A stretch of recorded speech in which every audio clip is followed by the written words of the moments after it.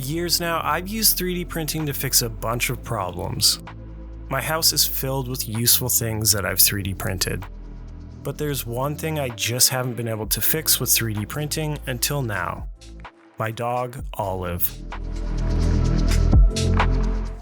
Introducing the Auto Dog Feeder 3000. After hundreds of hours of research, we here at WildRoseBuilds have patented a never-before-seen state-of-the-art kibble releasing technology.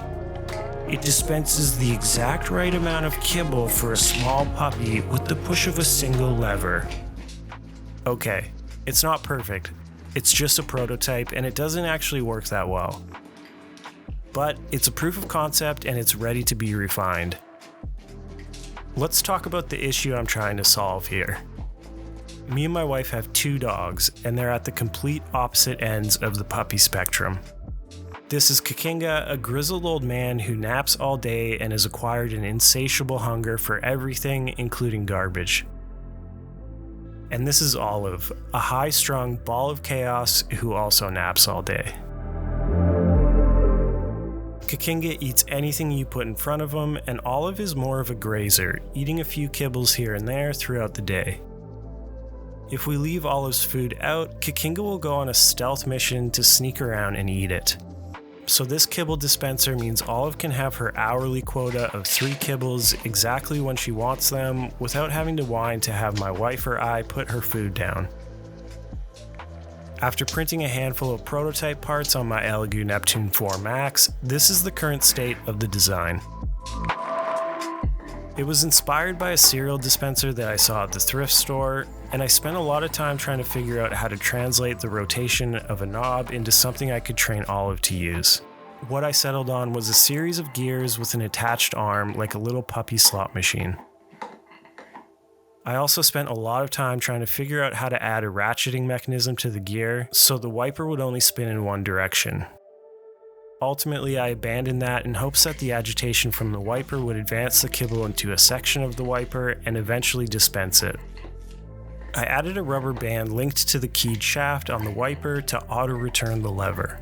A few issues here though is the wiper easily binds. It traps kibble between the frame and the wiper, and the only way to advance it is to crush the kibble. This is the most glaring issue here, so I'm going to redesign a single wiper that pivots on one side to act as a trapdoor to release the kibble. The first prototype was printed in PLA, but I'm going to switch to PETG for this, and we should probably talk about food safety here too. Most people think that the issue with 3D printed parts for food use is the layer line's ability to harbor bacteria, and while that's true, it's not the biggest risk factor. As long as the material can withstand soap and hot water, like PETG, it can be cleaned well enough to kill any bacteria. The issue is the lead content of brass materials that are used during the manufacturing of the filament itself. This video is brought to you by ELEGOO. Whether you're interested in FDM or resin printing, ELEGOO has a machine for you. From budget and beginner-friendly machines to high-end machines with professional results and everything in between. Head over to the link in the description and help support the people who support this channel.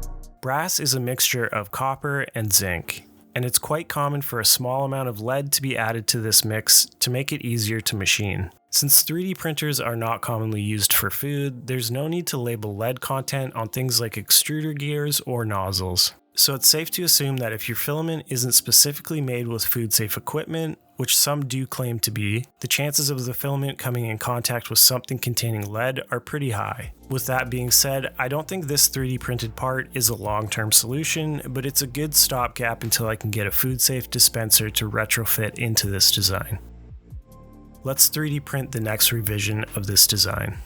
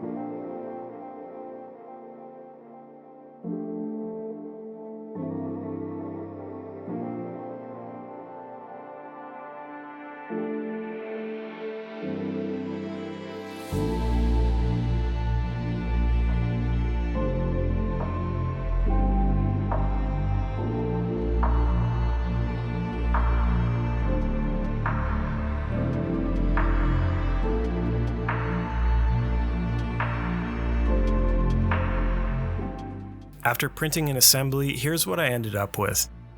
I've started integrating laser cut acrylic parts into a lot of my projects as they add a clarity that is pretty unattainable with 3D printing.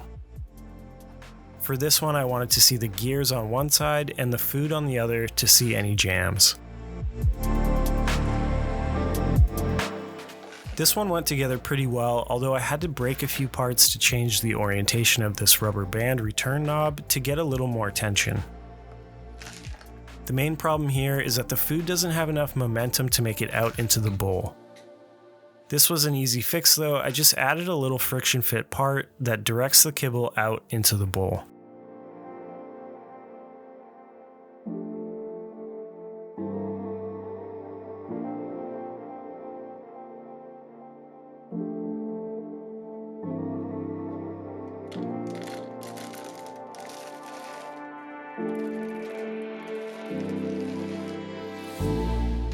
I printed a small lid to cover the top of the hopper, and this thing is ready for testing.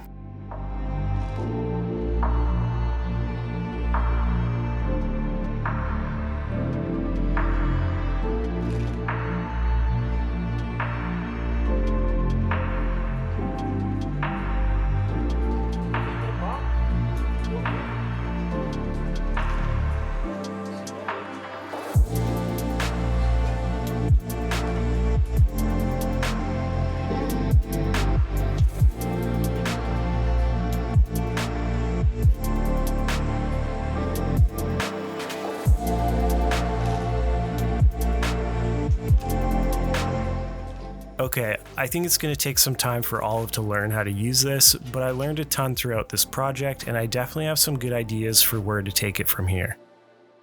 I hope you enjoyed this video, and if you have a dog, please say hi to them for me. And as always, thanks for watching and happy printing.